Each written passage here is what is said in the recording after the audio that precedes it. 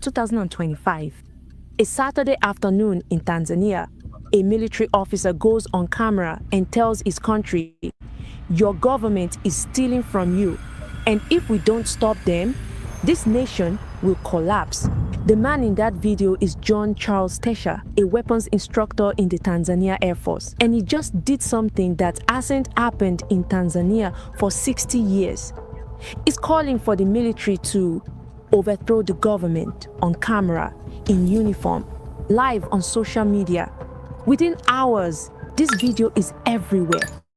TikTok, Instagram, WhatsApp groups exploding across East Africa. The government tried to delete it, but they were too late. 2 days later, Tesha is discharged. His whereabouts are unknown. So, why would a decorated officer throw away his entire career like this? What could make someone that desperate? The answer is President Samia Suluhu Hassan, Tanzania's first female president, the woman everyone thought would be different. Turns out, she's different, just not in the way people hoped. And that's where this story really begins.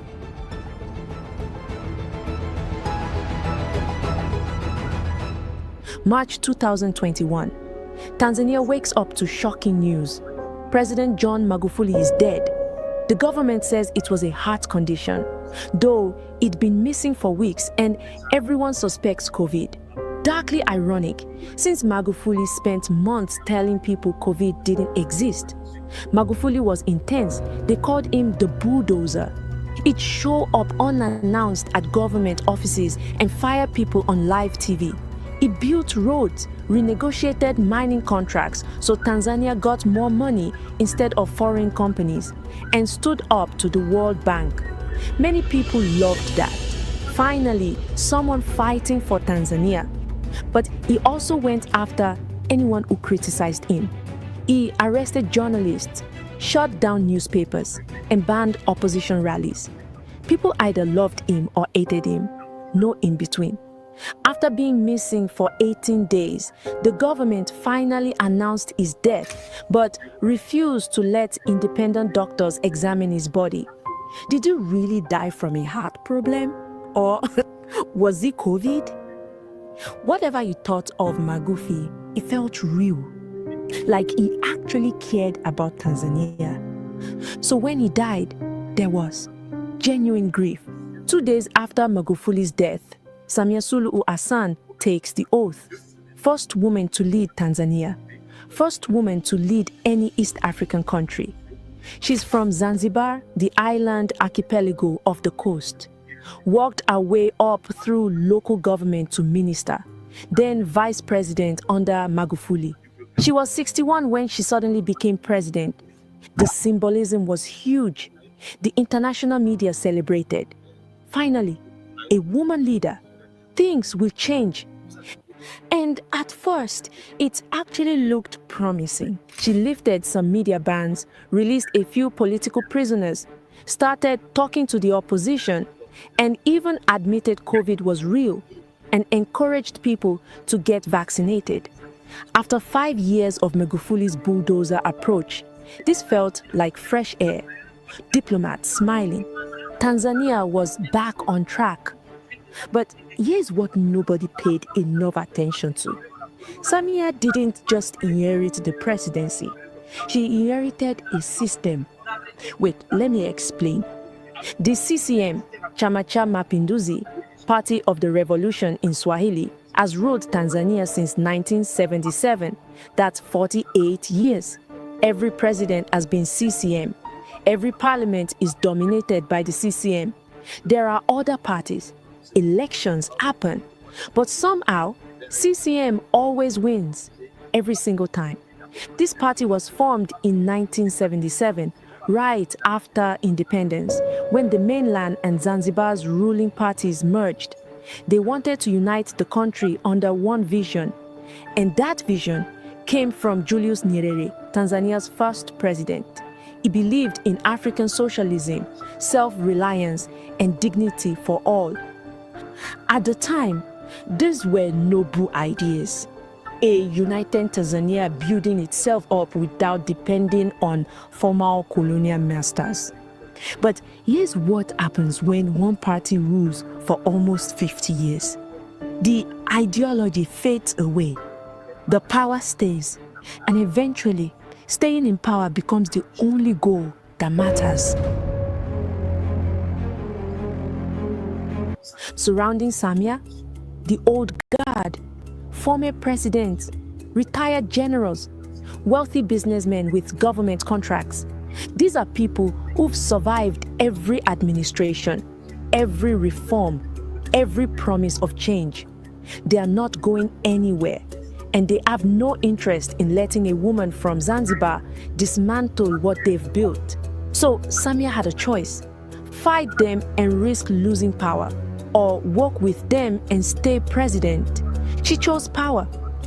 2021, reform started. 2022, they slowed down. 2023, they stopped.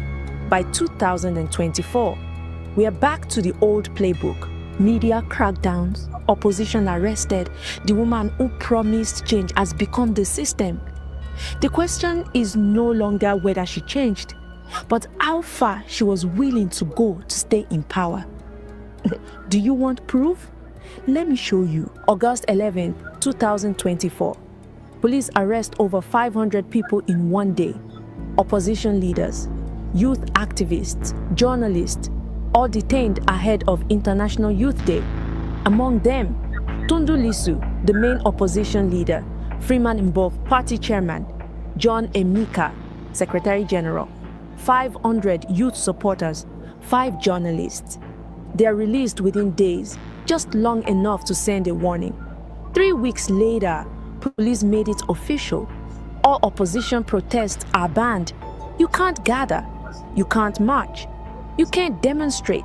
But something even more horrifying was already happening. People were disappearing. The Tanganyika Law Society, Tanzania's bar association, documented 83 cases. 83 people who vanished under mysterious circumstances. People like Dionys Kipanya, Chadema party official. July 26th, he gets a phone call. Leave home, never seen again.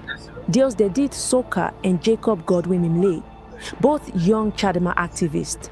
August 18th, witnesses say men claiming to be police took them. Still missing. Frank Mbise, motorcycle taxi driver. Same day as Soka and Imle. Wrong place, wrong time. Also gone. Then, September 6th, 2024, Ali Mohammed Kibao, senior Chadema member, is traveling by bus from Dar es Salaam to Tanga. He was abducted in broad daylight. Witnesses saw men take him.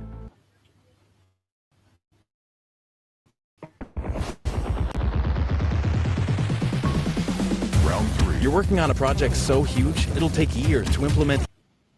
2 days later, his body was found dumped near the shore. The autopsy reveals severe beating, torture, and acid poured on his face. After Kibao's death, everything changed. People stopped talking openly. Activists went quiet on social media. Everyone understood. If they can do this to a senior opposition official in broad daylight, nobody is safe. By October 2024, families were desperate. Their loved ones had vanished. No answers, no justice. Then one of Tanzania's biggest newspapers, The Citizen, posted an animated video showing a cartoon character resembling President Samia sitting on a couch, remote in her hand, flipping through TV channels. On every channel, real families appeared, families whose loved ones had disappeared. People like Edgar Mwakalebela, who was abducted, Johari Songoro, whose husband vanished in May, Yusuf Chola, whose son was taken in August. At the end, the cartoon president looks visibly upset by all the complaints. The video went viral. Finally, someone had shown what everyone was whispering about. The government's response? Suspended the entire media company for 30 days. Not just The Citizen, all their platforms, their website, their social media, everything offline. The reason? The animation armed national unity.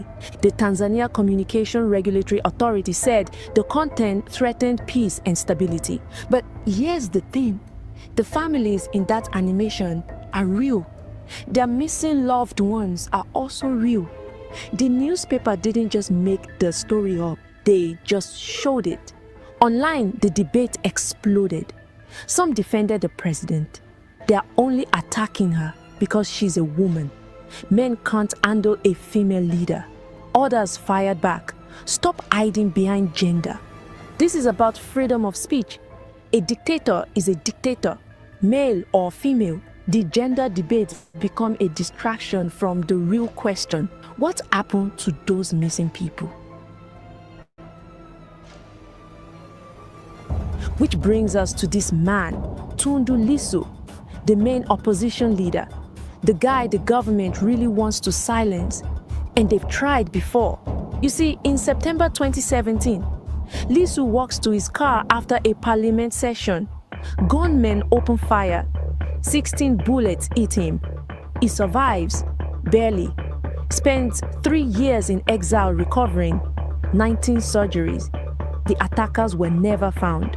January 2023, he comes back to Tanzania, rebuilds the opposition, becomes party chairman, and then April 9th, 2025, police show up at his door with charges of treason, which carries the death penalty in Tanzania.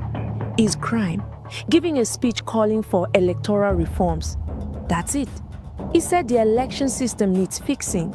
They scheduled his trial, then postponed it. Scheduled again, postponed again. This has happened 5 times now. You know why? Because the trial isn't the point. Keeping him locked up is the point. Can't have the main opposition leader free during an election. When international lawyers tried to defend him, Martha Karua, a Kenyan lawyer, Boniface Mwangi, Kenyan activist, Agatha Atuhaire, Ugandan lawyer, even Willy Mutunga, former Chief Justice of Kenya, Tanzania detained and deported them at the airport. President Samia's response? She warned about foreign activists invading and interfering in Tanzania's affairs. The government isn't even pretending anymore.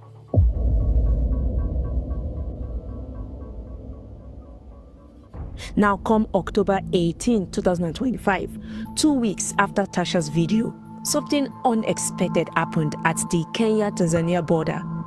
John Heche, deputy chairman of Chadema, the opposition party, tries to cross into Kenya to attend Raila Odinga's funeral.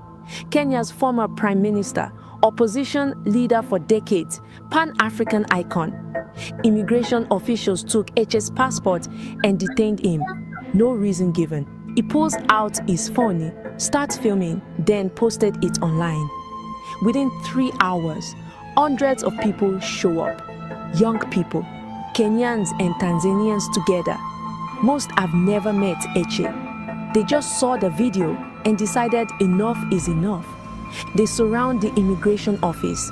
No violence, no property damage, just people with their smartphones, making sure the world watches.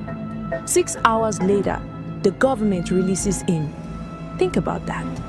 A government that makes people disappear, that keeps opposition leaders in prison for months. They backed down in 6 hours because of a crowd with cameras. The youth just learned something powerful. When you show up together and the world is watching, governments think twice. Oh, and here's the best part. While opposition members were detained at the border, guess who attended Raila's funeral representing Tanzania? Vice President Philip Mpango, government ministers, former President Jakaya Kikwete, and businessman Rostam Aziz.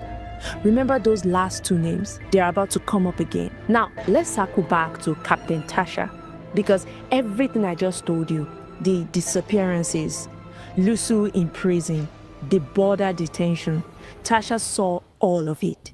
And on October 4th, he decided he has had enough. I don't blame him. And you see, for over 2 hours, he talked. He accused specific people. Former President Kikwete, businessman Rostam Aziz. The same people I told you that attended Raila's funeral. He called them the deep state. He said they've been looting the country for years. He listed corruption scandal, the Richmond Energy deal, Tegeta escrow fraud, mining concessions sold cheap to cronies.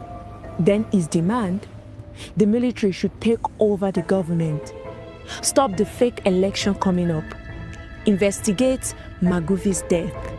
Because you see, Tasha saw Magufi as a patriot, someone who stood up for Tanzania against foreign control. Tasha believes Samia and the CCM killed him, maybe not directly, but he thinks they are responsible.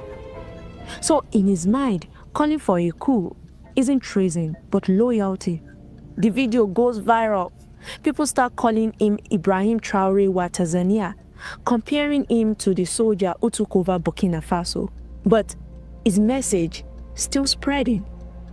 Which brings us to now, Election Day, October 29th, 2025, just days away as I'm recording this. Samia is on the campaign trail. CCM is running a full campaign. Billboards everywhere, rallies, the whole show. But here's the setup. Main opposition leader, still in prison, facing the death penalty.